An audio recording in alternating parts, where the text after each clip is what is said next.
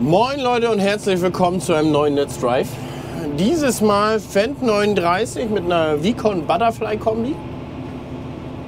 Und ja, wir müssen uns erstmal ein bisschen an die Bedienung gewöhnen, um ehrlich zu sein, weil die Belegung ist doch ein Mühe anders, als ich das mit meiner alten Butterfly Kombi gewohnt bin. Steuerung komplett Isobus. Das heißt, auch das Front-Mavic steuern wir über Isobus. Isobus ist sozusagen die integrierte Steuerung des Arbeitsgerätes über den Schlepper, also über die Hauptmaschine. So, fahren wir über den Joystick. So sieht das Ganze aus. Wir sind hier im Moorgrünland. Ist noch nicht ganz extrem weich. Also ich habe sehr, sehr weiches und nasses Moorgrünland. Das ist so ein Mittelding hier, sagen wir mal so. Wir haben aber nichtsdestotrotz in den letzten 2 Monaten 30 mm Regen gehabt. Also ja, war jetzt nicht relevant, sodass es hier super trocken ist und gar nicht mehr los ist. Machen wir das mal weg, damit ihr einen schönen Blick nach hinten habt. Dann kann ich mir auch noch ein bisschen schräg setzen, dann könnt ihr noch ein bisschen weiter gucken. Wir haben hier eine Kombi, ja, genau, und zwar ist die Frage, ob wir das auch beim Fahren machen können. Nee, da. Wir haben eine Kombi, da können wir die Arbeitsbreite verstellen. Das heißt, wir haben von 9 Meter, glaube ich, glatt, wenn wir die hinteren Mähwerke zusammenschieben, bis zu 10,50 Meter. 10,50 Meter, dann brauchen wir aber ein Frontmähwerk mit 3,50 Meter. Jetzt haben wir halt nur 3 Meter. Einfach für die Straßenverkehrsordnung 3 Meter. Für den Rest brauchen wir eine Sonderzulassung. So haben wir genau die 3 Meter Grenze erreicht.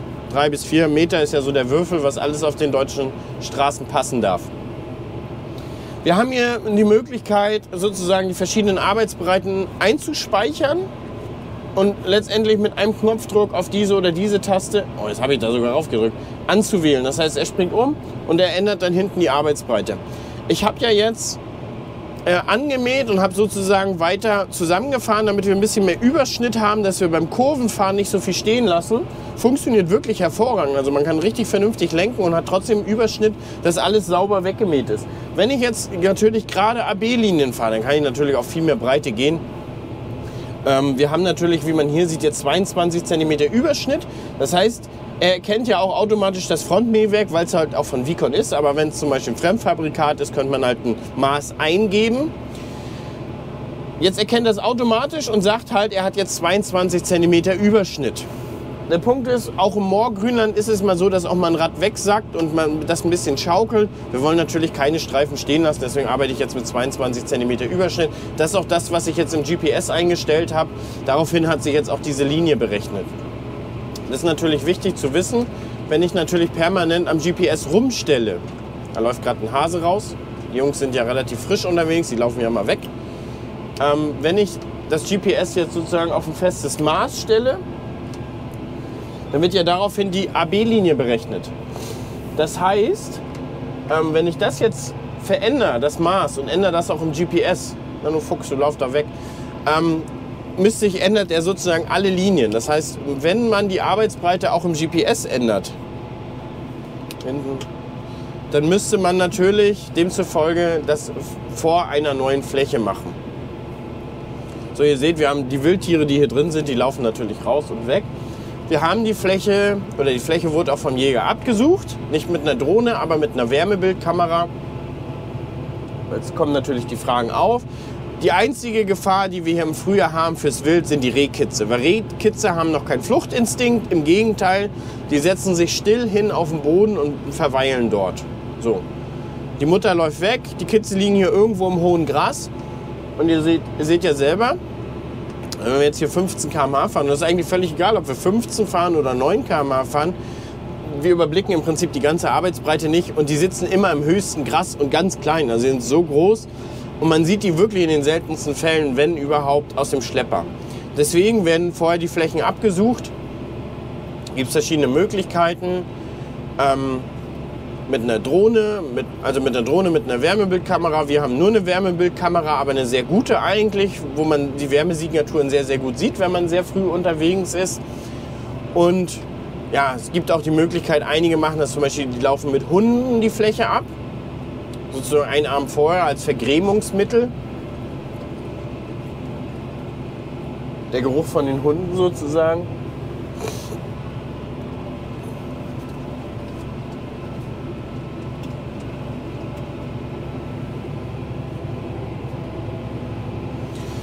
So, wir haben hier im Herbst keine Gerste reingefahren, war schon ziemlich feucht die Wiese hier, also da ist dann schwieriges Fahren möglich oder beziehungsweise nur noch sehr schlechtes Fahren möglich, deswegen haben wir da nichts gemacht. Wir würden jetzt sozusagen voraussichtlich nach dem ersten Schnitt hier einmal Gerste fahren. Die Fläche war auch, das sieht man hier auch sehr gut, die stand relativ lange mit sehr viel Wasser da aus dem Frühjahr raus, das heißt, die war sehr, sehr lange sehr feucht. Dort, wie jetzt hier zum Beispiel, wo weniger Wasser war, also wo es früher rausgegangen ist, sind die Erträge auch besser. Das sieht man hier auch am Schwatt. Und je feuchter sozusagen, je länger feucht die Flächen waren, und wir reden hier auch wirklich über viel Wasser im Moorboden und das ist dann sehr, sehr lange sehr kalt, desto weniger Aufwuchs ist da. Das ist aber völlig normal bei uns in Moorgrünland. Man hat das denn eher im zweiten, dritten, vierten Schnitt, weil man natürlich dann ganzjährig immer Wasser hatte. Ne? Das heißt, in den besten Jahren habe ich auch auf 4 Schnitte 100 Tonnen Gras geerntet. So, wir haben ja jetzt den kompletten Joystick Isobus-Funktion eingestellt. Man könnte natürlich auch sagen, man hat das Kleeblatt für den Schlepper und alles drumherum macht man auf GPS. So haben wir das jetzt aber eingestellt. So hat das Svenny, fährt ja hauptsächlich das Mähwerk. So wollte Svenny das haben, weil er das gewohnt ist. Oftmals macht man es so, wie man es gewohnt ist. Erstmal, um nicht so viel hin und her zu tippen. Deshalb haben wir jetzt hier die Mähwerke drauf. Sozusagen rechtes Mähwerk, linkes Mähwerk. Vorne, hinten. Also hinten komplett. Vorne ist ja Solo. Und dann rechtes Mähwerk, linkes Mähwerk. Dann haben wir hier also ein automatisches Vorgewändemanagement. Könnte man natürlich noch umlegen. Da haben wir vorher den Schutz an der Seite hochklappen zum Anmähen drauf gehabt und hier haben wir die Förderbänder drauf. Also Förderbänder hochnehmen. Weil wir aber alles auf Schwatt legen, ist es eh egal. Also theoretisch könnte man es umlegen. Aber da ich jetzt hier nur 4 Stunden fahre und dann fährt Svenny wieder und Svenny sagt, das ist er so gewohnt und er möchte so fahren, dann fährt er halt so. Deswegen schalten wir GPS halt hier mal hier über die weiße Taste ein und aus. Also aus dem Grund. Einen anderen Grund hat das nicht. Nur durch die Belegung, weil das ist jetzt sozusagen der Isobus-Funktion zugeordnet. Wir können das noch nicht hybridisieren, das heißt, wir können nicht sagen, ja, nur diese eine Taste soll jetzt für GPS-Funktionen sein, alles andere nicht. Also von daher, das geht, soweit ich weiß, im Fendt One. Und ich glaube, der Command Pro Joystick, wollen wir mal überlegen. Ja klar, der Command Pro geht es natürlich auch, bei John Deere geht es natürlich auch und beim 8R über diesen kleinen Joystick kann man natürlich auch kombinieren zwischen Isobus und Autopilot. Und hier, gerade hier sieht man es, ne? Hier war lange Wasser, auch da in den Streifen, wo es rausgegangen ist. Da stand halt wirklich lange Wasser richtig drin. Und dann sieht es halt so aus und dann hat man dann relativ spärlichen Auswuchs. Da ändern sich auch über die Jahre immer wieder die Gräser. Ja, da setzen sich eher so diese kleinen Gräser durch, die Rispen oder ja, ein Rohrglanzgras. Das Ding ist, viele würden jetzt kommen und ja, die Flächen müssen trainiert sein. Die sind alle trainiert. Also das ist die DDR. Zu DDR-Zeiten wurden alle Moorflächen überhaupt trainiert, damit man hier überhaupt vernünftig arbeiten und fahren kann. Die Gräben wurden alle angelegt. Der Graben, glaube ich, der ist nicht künstlich angelegt. Doch, der ist auch künstlich. Der ist natürlich, der da vorne lang geht. Das heißt, die Gräben wurden angelegt zum Entwässern. Und es ist ja auch so, dass Teil wieder vernässt wird. Hier nicht. Ich habe noch 90 Hektar, ungefähr 5 Kilometer weg von hier in diese Richtung, auf einem anderen Standort. Und da wird es jetzt wieder vernässt. Erstmal vorerst, glaube ich, 600 Hektar. Soll aber nahezu das komplette Gebiet werden. So.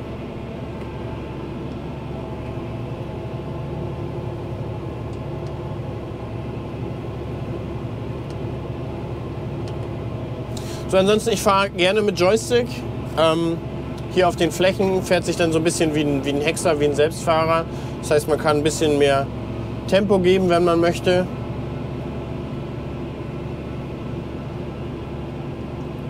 Und wenn man langsamer fahren will, zieht man den Joystick einfach nach hinten hier, wenn es ein bisschen unebener wird. Fährt sich ganz nett, muss man sagen. Ist aber auch eine reine Gewöhnungssache. Man kann natürlich auch mit Tempomat fahren, eine Geschwindigkeit einstellen und fertig.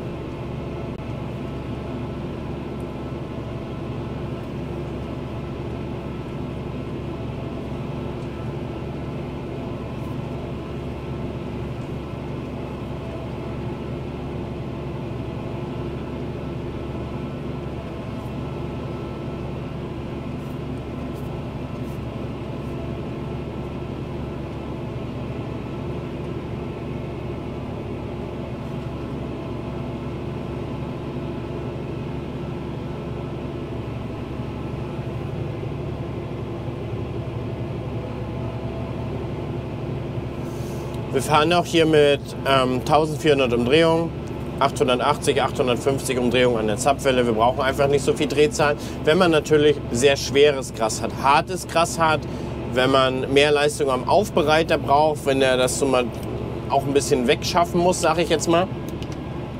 Dann fahren wir gerne mal auch mit maximal 1000 Umdrehungen.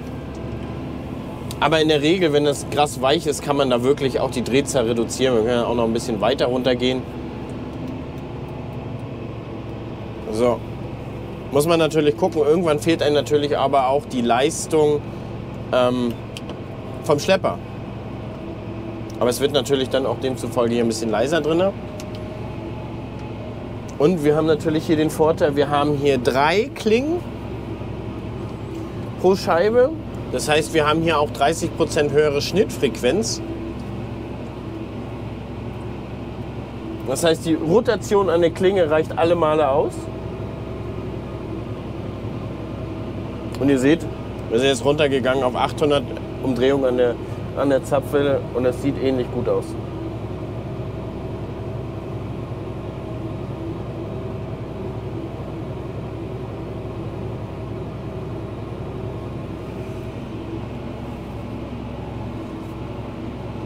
Ansonsten sieht man das dann irgendwann, dann sieht es ja ein bisschen ruppiger aus, wenn das Mähwerk das nicht mehr richtig schafft.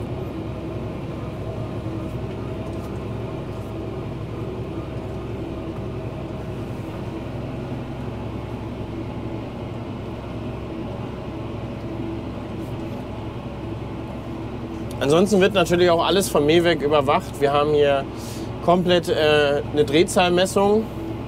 Mal gucken, wo wir die haben. Sowohl die Mähwerk, also die Drehzahl von den Mähwerken wird gemessen, die Drehzahl von den Förderbändern wird gemessen. Die können wir natürlich auch einstellen. Wir können auch den Winkel der Förderbänder einstellen, wie sie sozusagen zum Futterstrom stehen sollen. Ja, ganz normal den Druck können wir natürlich einstellen. Im Prinzip mit wie viel Auflagedruck wir fahren wollen. Und dann war es das ja im Prinzip schon. Also so ganz krass können wir jetzt nicht viel einstellen. Der Rest wird ja natürlich, Schnitthöhe wird ja natürlich von außen gemacht. Das heißt, wir haben hier vorne den Oberlenker, den hydraulischen. Und da können wir das im Prinzip einstellen. Vorne hat man natürlich das Gewinde, daran stellt man die Höhe ein. Man ändert im Prinzip den Schnittwinkel der Klinge. Ne? Wenn man weiter nach vorne stellt, dann kommt die Klinge tiefer, schneidet tiefer. Die guckt natürlich dann auch ein bisschen aggressiver in den Boden rein, neigt dann auch ein bisschen mehr zum Brechen. Und ansonsten kann man da noch ein bisschen was mit Kufen kompensieren. Also ich habe jetzt Hochschnittkufen. Aber der Fuchs muss irgendwas haben hier, Leute. Der sitzt die ganze Zeit auf derselben Stelle. Der sieht sehr räudig aus. Der frisst aber nichts. Der sitzt einfach nur so da.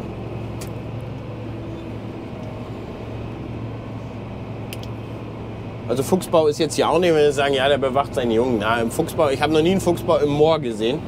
Steht ja unter Wasser. Wenn, sind die immer auf den Sandkuppen verteilt, auf den Flächen, auf unseren Acker.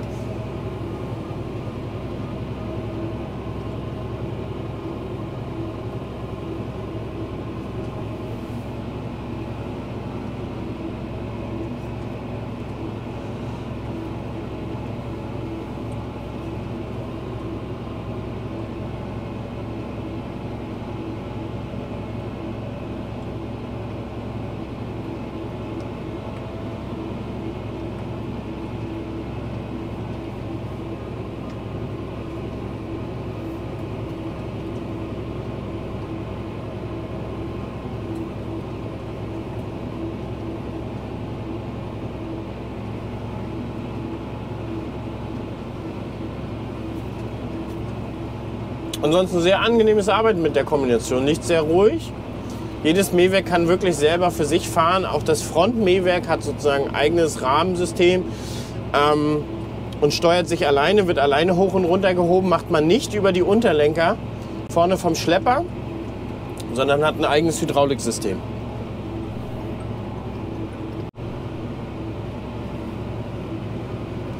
So, hatte ich gerade Telefon. Ich weiß auch gar nicht, worüber ich erzählt habe.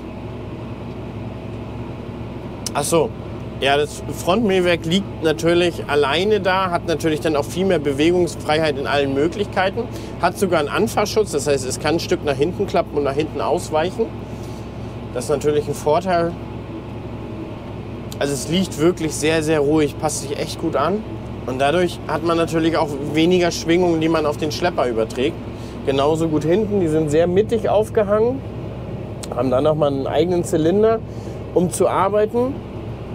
Gerade wenn man das kennt aus dem Moorgrünland, wo der Schlepper absackt und die Mähwerke ein bisschen mehr in die Richtung wollen, ist das hier komplett anders. Also es fühlt sich auch komplett anders an zu fahren. Man sieht das auch beim Ausheben. Die werden nicht so ausgehoben, sondern so ausgehoben. Und was man auch sagen muss, und ich vermute es, das Frontmähwerk ist natürlich durch das ganze Rahmenpaket schwerer, aber die Balance dieser Kombination ist jetzt besser. Das heißt, wenn wir ausheben, haben wir nicht so, dass das Mähwerk von hinten so doll zieht und der Schlepper vorne leichter wird, sondern es ist wirklich relativ gut parallel. Dadurch fährt sich das auch ein bisschen besser, muss man ehrlich sagen. Alleine, weil man vorne jetzt ein bisschen mehr Gewicht hat.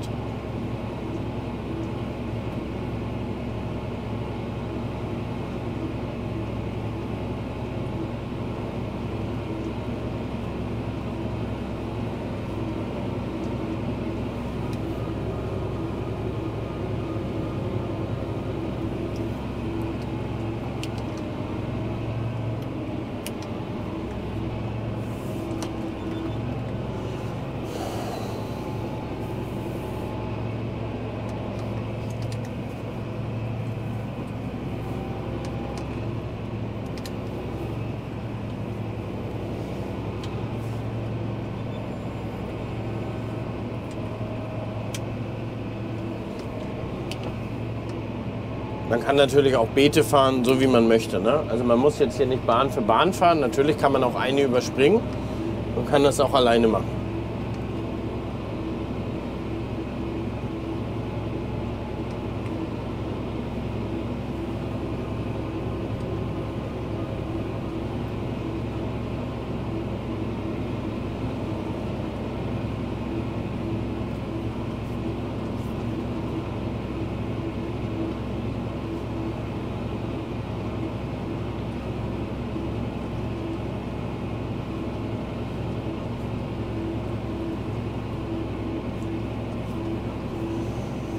Aber ihr seht, man macht auch gut Hektar mit so einer Kombination.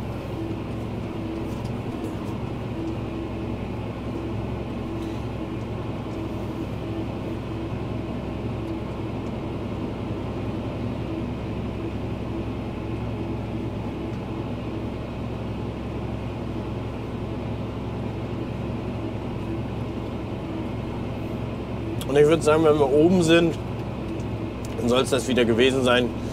Kurz und knackiges Let's Drive.